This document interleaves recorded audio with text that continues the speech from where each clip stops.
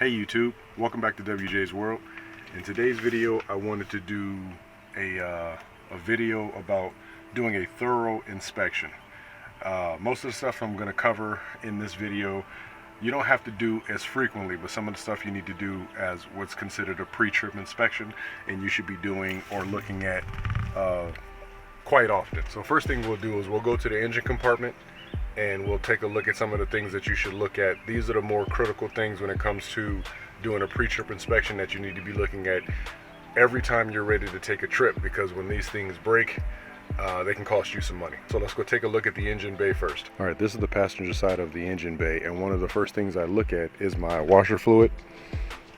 I like having a large amount of washer fluid, and I use the Rain-X fluid. So I like to clean the windshield pretty frequently because, you know, we attract just a metric ton of bugs driving down the road. When it comes to the passenger side, one of the things that I can get to on this side is the belt, and I shouldn't have much play in the belt. As you can see, my belt is tight and my belt actually looks pretty good. You don't need to check this as frequently, but it's one of those critical things that you should check, because somebody coming out to change your serpentine belt is going to cost you a pretty penny. I just recently changed the shock, so I know that looks good. As you can see right here, I got a little burn on my alternator. Eventually I'm going to take care of that when I replace the alternator, but I've been looking at it since I purchased the truck and I haven't noticed anything extra. Try and keep these wires away from it, but I haven't noticed anything extra, so I just keep an eye on that when I do my pre-trip inspection. While I'm over here, I look at my tires. These are brand new tires, so you guys seen when I got these brand new, so I don't really have an issue with the actual tread of the tire. And I look at the side wall of the tire, make sure there's no gouges on inside and out of the tire. When it comes to my lug nuts, I actually keep my lug gun in the truck, so if I ever have to use it or tighten up a bolt just in case one of these come loose, I can do that with real pressure. As far as this side of the truck, everything's looking good. The way it's supposed to. I don't see anything out of order over here. As far as looking at this stuff, it doesn't have to take all day, but if you're going to do a thorough inspection, it's going to take you a little bit of time. Here on the driver's side, of course you got to look at your fluid. All your fluids are basically checked on this side. Your coolant is right here. That's where it's been sitting since I pretty much purchased the truck. This one down here is your power steering fluid. You see a minimum line and a max line. For your power steering fluid, this one actually has a dipstick on it. You can see on the dipstick, it gives you an indicator of where it should be when the engine is cool. So mine's is full the way it's supposed to be. And this one right here is your brake fluid. You see the max line, and it's pretty much sitting at the max lines. For the majority of us are driving diesel vehicles. This is your water separator, and that's your fuel filter. At least once a month, you should open up your water separator and allow it to drip out the water that's in the fuel. Water in diesel fuel is one of the biggest causes of engine failure when it comes to the fuel system in diesel vehicles. So that's what the water separator is for. I actually got a new one coming. On this side of the vehicle, you got your shock again. Make sure the shock's looking good. No dings or dents in the shock. Another brand new tire. Don't really have to worry about the tread on this tire because I got more than enough tread. So what I'm looking for is the side wall of the tire to make sure everything looks good, as far as no gouges or cuts on the side wall that will cause a blowout, and on the inside of the tire too. Make sure there's no blowouts. Make sure there's nothing that can cause a blowout on the inside of the tire. One of the more critical things to check on this side of the engine is the oil level. That's the dipstick for the oil level.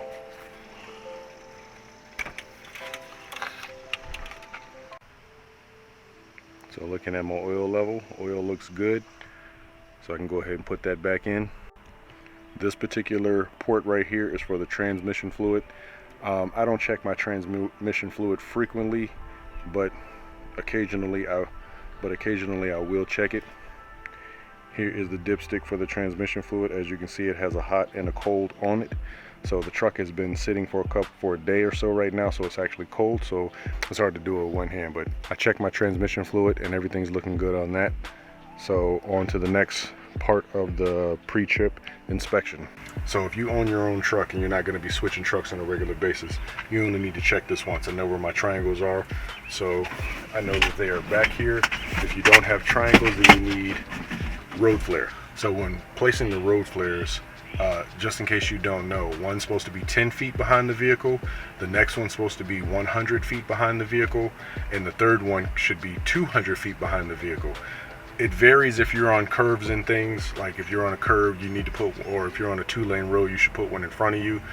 Most people don't do that. They just put them all behind. If I'm stuck on the side of the road, I usually put all 3 of my triangles or flares behind the vehicle.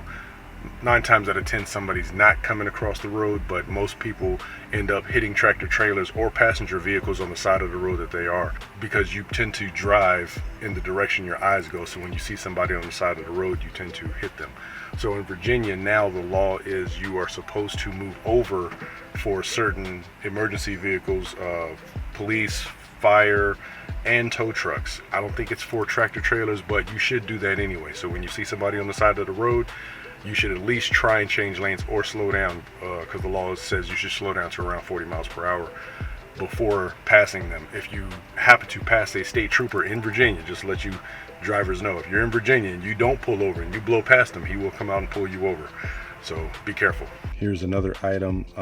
You only have to check butt one time, I'd say every quarter, just to make sure you're not leaking any fluid or your fire extinguisher is defective. I don't really like the size of this one. This is to me, it's a tiny kitchen one, but it's something. As long as you have something, you know, something is better than nothing. And actually, as a tractor trailer or box truck commercial driver, you're supposed to have it as part of DOT. So make sure your fire extinguisher is in an accessible place. This is right behind the driver's seat. All I gotta do is flip up the seat, move that one pin, and boom, I got a fire extinguisher. If you check your fire extinguisher every quarter, I mean, that's more than enough to ensure that it's there and it's working, unless, you know, there's some fire extinguisher bandits out there, then you need to check it more frequently. Now, this is on the driver's side of the vehicle, and it might seem kind of like written in stone already, but make sure you tighten up your gas, your fuel cap. Fuel will spill out of there. The cap actually has a gasket on it, so make sure when you go to fuel up, you put it back on, number one, and you tighten it. When it comes to doing a full inspection of the truck, you want to make sure things like your steps aren't loose. Things fall off on the road all the time, and this type of stuff, even though it's probably 10 pounds worth of metal, you going 65 miles an hour, that falls off, that becomes a missile. So I did not replace my back tires, but the tread on my back tires on both of them is really good. So I just, once again, make sure the sidewall of the tire is good. Make sure my lugs look good. Doesn't look like any of them's coming off. You can always, if it's hand tight, then you have a problem. They shouldn't be. They shouldn't be able to move with the force of your hand. When you're looking at your tires from underneath the truck, you're looking for any bulges in the sidewall. Make sure you don't have a blowout. You gotta look, get up under here and look. You can't just guess at this stuff. But I guess if you have your own truck, if the truck belongs to you, then you know your truck. You know what you're looking for. You know when something looks weird. Make sure your mud flap is secure. Make sure it doesn't look like it's going to go anywhere. This is the passenger side. Same thing with the tires. Tires being the most critical thing and the most frequent thing to go on a truck first are your tires. More blowouts of these. You guys see them on the road every day. There's tire litter pretty much everywhere. A tire blowout is probably going to happen to us all, but if you can catch the tire before, because you can see certain things going on with the tire, then that saves you road time and paying extra for the tire because it happened while you were driving. So same thing on this, on the passenger side. I'm looking at the tire, making sure it looks uniform and there are no bulges, no outlandish bulges on the tire. And my tires look decent. Eventually I'd like to replace these, even though the tread is good. I do see some stuff on the sidewall that I don't like. I don't think it's gonna blow out, but then again it could. These are tires, you never know. And I didn't buy them, so I keep these tires in the back of my head, like when I cross a certain threshold, I want to replace these anyway. And here's a bonus one. I like to get up under here occasionally and look at my oil pan. Reason being is because this is the part that this is the pan that I ended up replacing myself. I like to make sure my repair looks good, and I like to make sure there's no oil leaking somewhere that I can possibly fix. One doesn't have to get up under the truck to actually see this. because you'll always see a shiny spot on the ground. So one of the things I do when I leave the truck or I'm coming to my truck is I always look for shiny spots on the ground. One of them will always be the AC. You'll always see a puddle if you're running your AC on the right side. Anywhere else, you shouldn't see anything. Left side, front, middle, you shouldn't see anything. It always should be on the right side. And then it's more shiny, and it usually sits on top of the street because the street is layered with oil from cars driving, so there's usually oil on the street. So I always look for any puddles underneath the truck, and since I fixed this oil pan, I haven't seen any puddles under here. So I think my repair is doing good, and if not, then I'll go back and re-repair it if I need to during my next oil change, that is. Always make sure your cap for your DEF is tight, and make sure your stairs on your passenger side are nice and tight. Now I had to put the new battery cover on this side, so I actually had to take the stairs off. So this is my tightening, you know what I'm saying? But you still want to make sure, if you did it or you didn't do it, you want to make sure stuff like this is secure, because like I said, this stuff can become a missile to a passenger car if things like this fall off. I always come back and take a look at my lift gate too. Usually when I'm walking away from the truck, I always look at my lift gate, because that can malfunction and come down. Let's say you're driving and you do something like Chris TV did, where he hit the top of his truck and he caused an electrical malfunction. That could cross some wires, cause this thing to come down, and now you're dragging your lift gate on the ground. It can happen. It's all electrical, so anything can happen. So I always take a look at my lift gate and make sure it's up the way up in the position that I put it last, and make sure it's still secure. Our last rain, I found out that I have a leak right here, which I never even noticed, but the material is actually cut, the aluminum is actually cut right there. And I actually had a leak that was leaking on the ground right here, so I gotta get up there and repair that. But that's another thing you won't find out until it's raining cats and dogs. Then you find out, oh, there's a leak inside my box. Why is that important? Because a shipper, you might ruin their equipment or materials from a leak in your box, and then they won't accept your load. Then you're stuck with trying to figure out what you're going to do with the load, or taking money off your pay because you ruined somebody's stuff. So this is your equipment. If you own it, if you're renting, then they need to get that fixed. But being that this is mine, I got to get that fixed. So I'll probably just get a ladder.